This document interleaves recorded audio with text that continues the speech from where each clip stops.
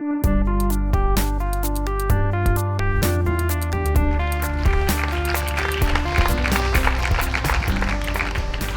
I'm going to be talking about why pink is the new black, and behind the screen I have a special pink friend who's going to come out about halfway through this talk and help me explain why pink is the new black.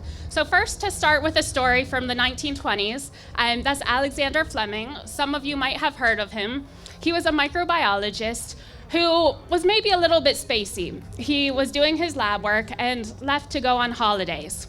Came back a few weeks later and found what he later termed the mold juice miracle. You guys have, maybe some of you have heard the story of penicillin. That's penicillin on the left there, and its antibiotic properties meant that it was preventing the growth of the bacteria on the right there. This, of course, was a huge discovery. He was delighted about this, and within the decade or two that followed his initial discovery, penicillin and other antibiotics became very popular. They were used during the World War. You can see there an advertisement, thanks to penicillin, he will come home. This dramatically altered the lives of soldiers. In 1943, 100 million units of antibiotics were sold. Each one of those little pills there represents 20 million antibiotics. So that's pretty impressive. 2 years later, 650 billion units of antibiotics were sold. This is a huge explosion. Within 2 years, we went from 100 million units to 650 billion. That's billion with a B. So a huge, huge explosion in the number of antibiotics that were made and sold. The US Surgeon General in the 1960s said, "The war against infectious diseases has been won." And you can see on the left there a graph of all of the antibiotics that were discovered and invented over the 20 years between 1940 and 1960. Antibiotics weren't only made for use in humans, they were also made for use in agriculture. So they were used as growth promoters in chickens, in pigs, in cattle, any animal, every animal, any kind of livestock. They were great, a huge, big invention. However, from the 1960s onwards, we see a discovery void. Fewer and fewer antibiotics were discovered and invented, grown synthetically in the labs, after this sort of initial boom. What we have then, combined the overuse of antibiotics with no new antibiotics, antibiotic-resistant bacteria. How many of you guys have heard of MRSA, things like that? When you take an antibiotic and your infection doesn't get better. This, started to emerge in the 1970s, 1980s. There's news articles about it every day, every week. Antibiotic apocalypse warning here.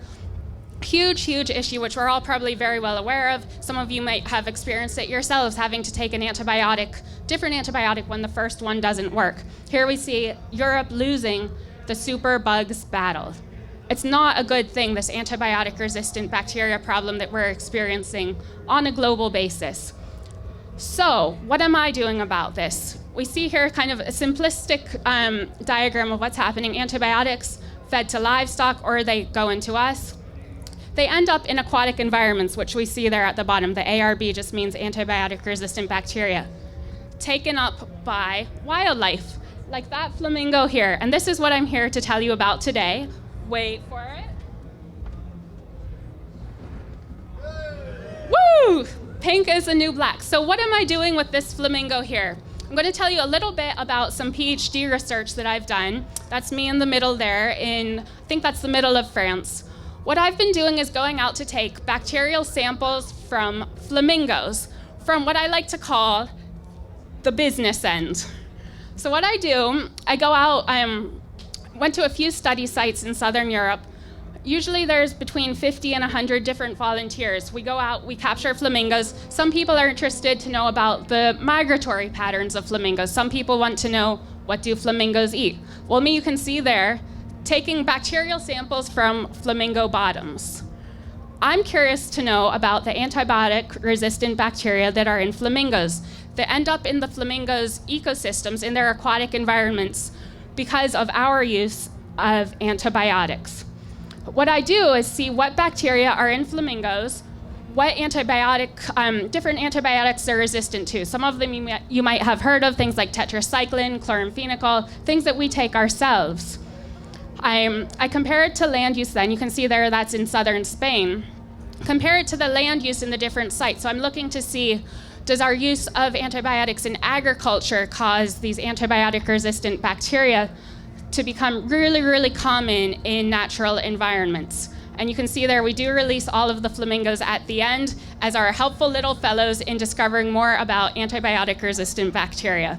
So that's how pink is the new black, helping us learn more about antibiotic resistance in us and in wildlife. Thanks.